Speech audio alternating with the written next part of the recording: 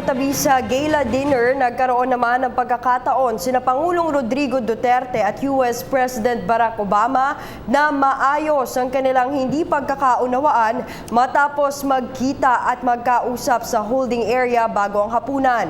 Sinabi naman ni Senador Alan Peter Cayetano na sa kabila na nangyari, nakatanggap pa rin ang ating Pangulo ng maraming imbitasyon mula sa iba't ibang global leader upang mag-state visit. Nagbabalik si Rocky Ignacio. Nagkita at nagkausap na sina Pangulong Rodrigo Duterte at US President Barack Obama sa holding area bago ang gala dinner na handog sa mga bisitang leaders ng pamahalaan ng Laos na ginanap sa National Convention Center. Bagamat hindi magkatabi sa handog na hapunan, nagkaroon naman ng pagkakataon na maayos ang dalawang leader ang umano'y hindi pagkakaunawaan. Katabi ni Pangulong Duterte sina Russian Prime Minister Dmitry Medvedev at Indonesian President Joko Widodo. Sense that all's well that ends well. No, I mean the warm handshake, a good conversation. In diplomacy, you don't usually go to the past and bakit nangyari or blame anyone. It won't be productive, di ba? And the Philippines and US has a long partnership, long relationship. There are bumps along the way. There will be bumps along the way. We do not know who the next US president will be. But it wouldn't hurt to have a popular former president on our side. That's why you could see that there was an effort from both sides to patch this up. But it is in the nature of people from the Foreign Affairs Department and the State Department to be extremely cautious. Naniniwala rin ang senador na hindi kailangang humingi ng paumanhin ng Pangulo kay President Obama dahil hindi naman anya nangyari na pagsalitaan nito na hindi maganda ang leader ng Amerika sakaling lecturean umano ito kaugnay na extrajudicial killings. Let me say my understanding. Kaya sinabing regret. Regret means sana hindi mo ginawa. Sorry means you're apologizing. You cannot apologize for something you did not do. People are saying, you apologize dahil minura mo siya, you called him that, etc. He didn't. It was a hypothetical question, but reported by the foreign media as a matter of fact that he called him that. But why do you regret it? Because kung hindi mo sinabi, di walang issue. Di ba?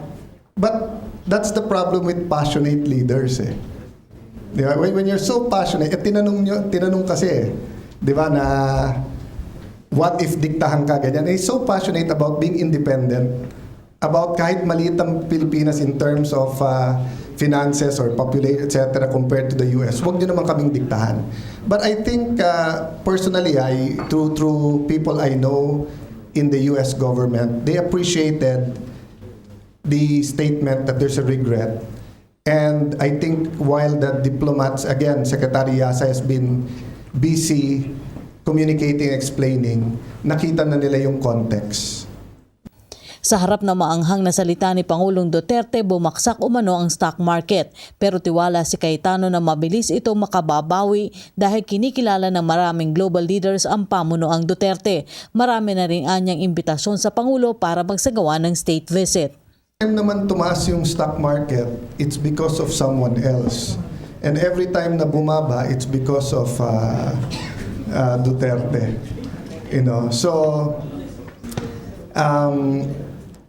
let us say, for the sake of argument, but I'm not admitting it, for the sake of argument, kasi where did they get that report? Yeah, but what I meant is, their basis that it's because of Mayor Duterte's statement. Ang nag-withdraw ba kaya bumaba are American firms? Are it Western firms or is it a regional? Secretary Sani Dominguez will be the one in the best place to answer that to you now. I don't know. But assuming that's true in the short term, let me assure you in the mid and long term, our stock market will go up because of 3 reasons. Peace and order is always a concern of businessmen. Stability in policy. Yung red tape, changing of policy, and the message of President Duterte that we will not be changing policies, 3 days na lang ang permit, etc., has already got a lot of investors coming to the Philippines, no?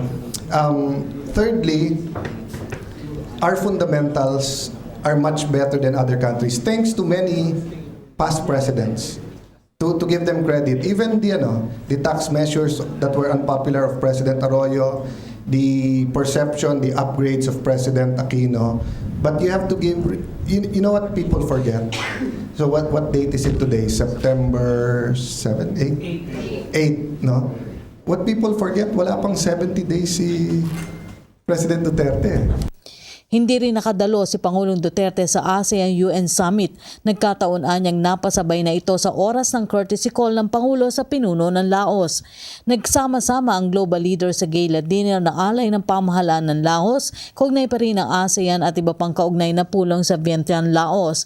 Bukod sa ASEAN leaders, kasama na ang mga dialogue partners, kabilang si UN Secretary General Ban Ki-moon na nakaharap at nakausap na rin ng Pangulo. Si Pangulong Rodrigo Duterte kasama ang iba pang leaders ay suot ang special attire na ipinakalob ng host country para sa espesyal na hapunan. Ipinakita sa okasyon ang mga sayaw at awiting naglalarawan ng mayamang kultura ng Laos habang inawit ang mga kanta sa bawat bansa dahil sayo ang para sa Pilipinas. Inihain sa mga leaders ang New Zealand beef, Mekong perch fillet at mango sorbet bilang dessert. Para sa PTV News, Rocky Ignacio, Vientiane, Laos. Ako po si Cathy San Gabriel. Subscribe na sa PTV YouTube channel. I-click lang po ang subscribe button.